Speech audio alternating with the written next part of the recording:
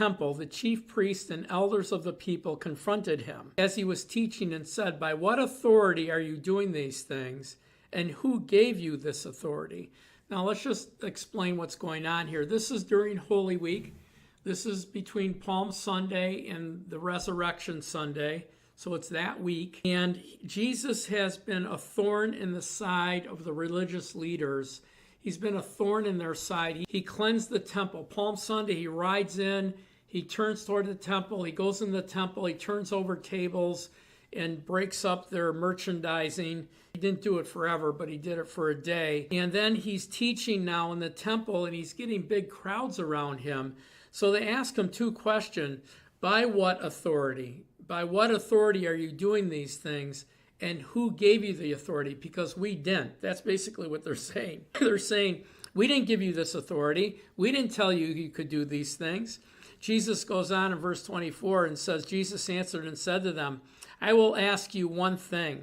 Which of you tells me? I will likewise tell you by what authority I do these things. The baptism of John, was it from heaven or from men? And they reasoned among themselves, and they said, from heaven. He will say to us, why did you not believe him? If we say from men, we fear the multitude, for all count John as a prophet. So they answered and said to him, we do not know.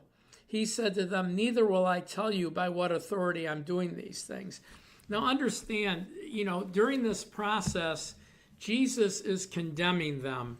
He gives them several parables. He gives them a parable of a marriage where the people that were invited rejected. He gives them a parable that leads them to understand that they rejected him. He tells them straight up.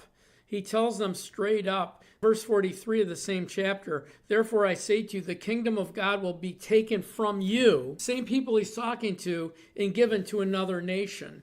And so we see that Jesus bringing this all to an end.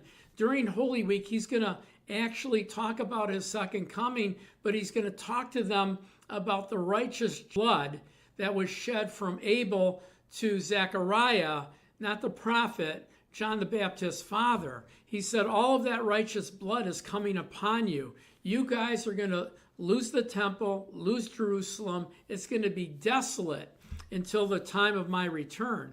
And so Jesus was very direct with them and spoke to them, because they wanted to trip him up. He didn't match their doctrine.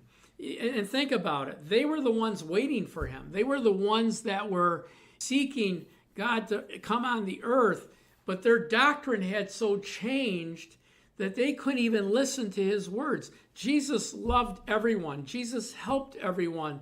Jesus answered everyone. He never hid an answer from anyone. Even when Pilate said, are you a king? He said, I am, but I'm not of this world. So Jesus had no way for a man that he created to indict him for doing something wrong. Their doctrine, their church was in their image, not Jesus's image. So they couldn't see this humble man that just rode in the city on a donkey and said to love one another, forgive one another. They couldn't see him as being their leaders. So they rejected him, and he rejected them and spoke judgment over them. So thank you for watching. Please share, follow, like this message. And then please, I hate to say this every day, but we have needs here at the ministry. We want to continue to build curriculums here, which are workbooks and videos that we give away for free. If your church wants to do one of our curriculums, we'll send them books for free. All they do is pay for shipping. We give this to any individual that joins us.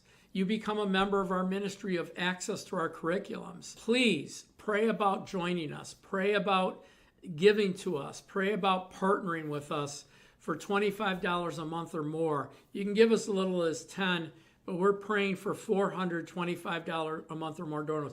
I believe if we get those 400 new donors, and truthfully, we have about half of that now, I believe that we can have enough coming in from small dollar donors.